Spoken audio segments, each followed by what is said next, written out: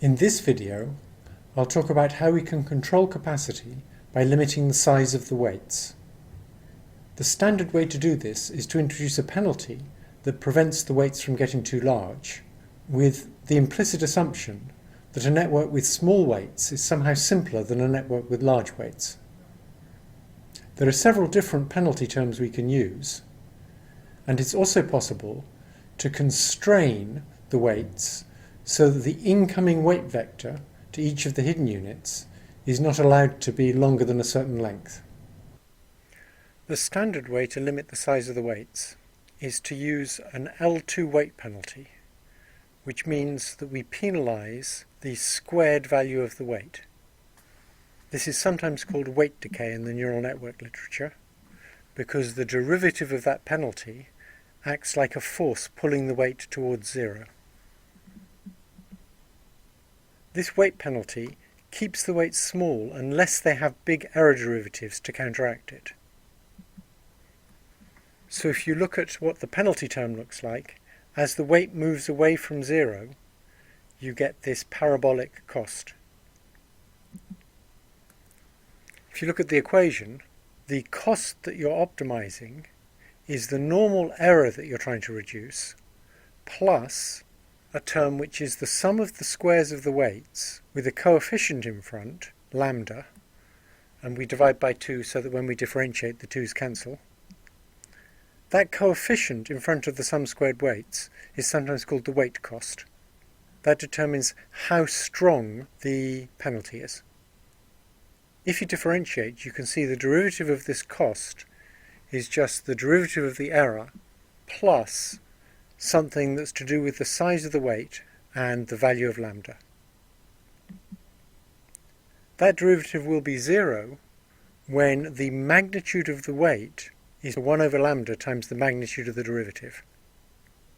So the only way you can have big weights when you're at a minimum of the cost function is if they also have big error derivatives. And this makes the weights much easier to interpret. You don't have a whole lot of weights that are large but aren't doing anything. The effect of an L2 penalty on the weights is to prevent the network from using weights that it doesn't need. This often improves generalization a lot because it can use those weights that it doesn't really need to fit the sampling error. It also makes a smoother model in which the output changes more slowly as the input changes. So if the network has two very similar inputs, when you put in an L2 weight penalty, it prefers to put half the weight on each of those two similar inputs, rather than all of the weight on one, as shown on the right here. If the two inputs are very similar, those two networks will produce very similar outputs, but the one with the halved weights will have much less extreme changes in its output when you change the inputs. There are other kinds of weight penalty.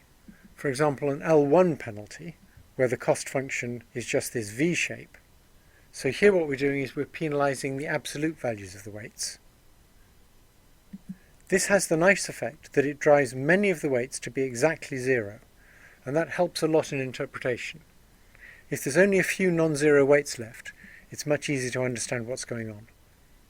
We can also use weight penalties that are more extreme than L1, where the gradient of the cost function actually gets smaller when the weight gets really big.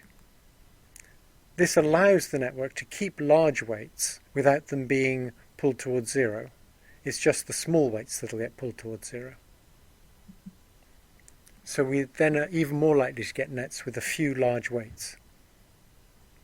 Instead of putting penalties on the weights, we could actually use weight constraints.